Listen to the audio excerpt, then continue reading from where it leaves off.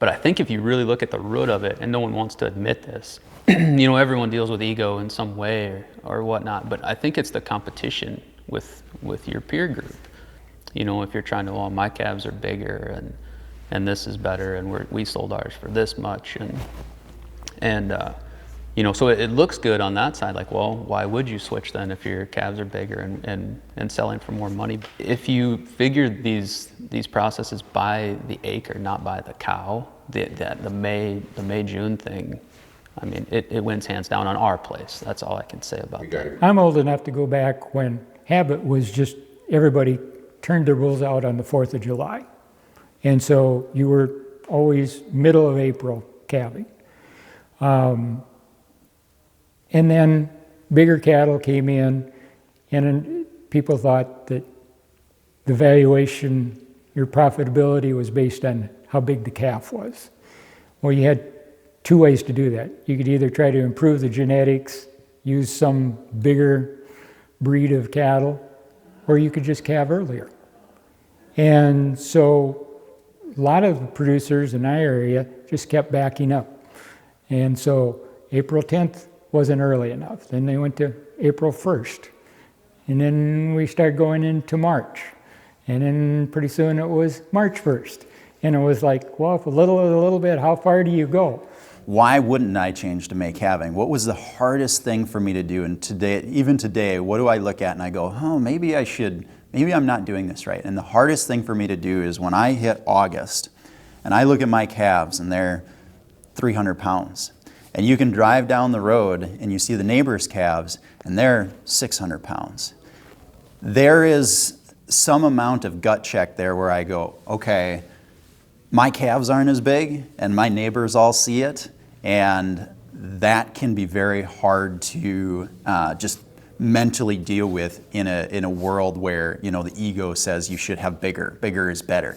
And I think that's a lot of what got us into earlier and earlier calving. I think if you look, you know, historically, and I don't know how far back you have to go, but I don't think May calving was unusual. But at some point we found out, oh, we can move it back a little bit, and it frees us up in May to plant fields or do something else, and our calves are a little bit bigger because they have the advantage of a little bit more green grass. Well, then that kind of starts lending itself to backing it up farther and farther. Oh, if we calve in March or February, well, now we can sell yearling bulls a year from now and they can go directly into someone's program. And I think some of it also played into just hitting certain markets at some point where people found that they could get a better price for a bigger calf at a certain time of the year. So a lot of people that struggle with the change historically market cattle during a certain time of year. And at the end of the day, they are concerned about, you know, we normally sell 550-pound steers the third week in October. And, you know, it's difficult for them to make that switch because they feel they would not be able to meet their financial obligations, because if they calve 30 days later, their calves are going to weigh 50, 60 pounds lighter, and their concern is it's going to be an economic decision that's going to negatively impact their bottom line. I think that's a lot of the motivation. I think more management requires less labor, but it also requires more time. It depends on what you talk about is what's labor. To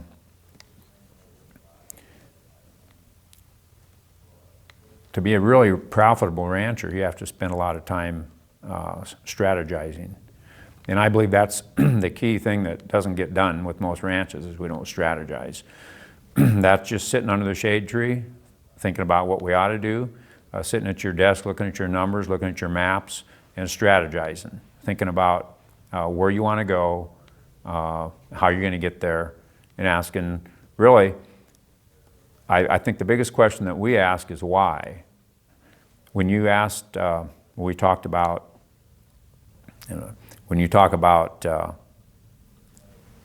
why we get into paradigms, I don't think we ask ourselves why. Why are we doing what we're doing? So we ask ourselves all the time, why do we want to do it this way? That's our biggest question probably, is why. Drives what we do and what direction we go. Didn't have as bad of winters, and at the time we was finishing all our cattle, was putting them in a feedlot, and if you calved early, was having them on the April market, which was a good market, and that's what we were shooting for.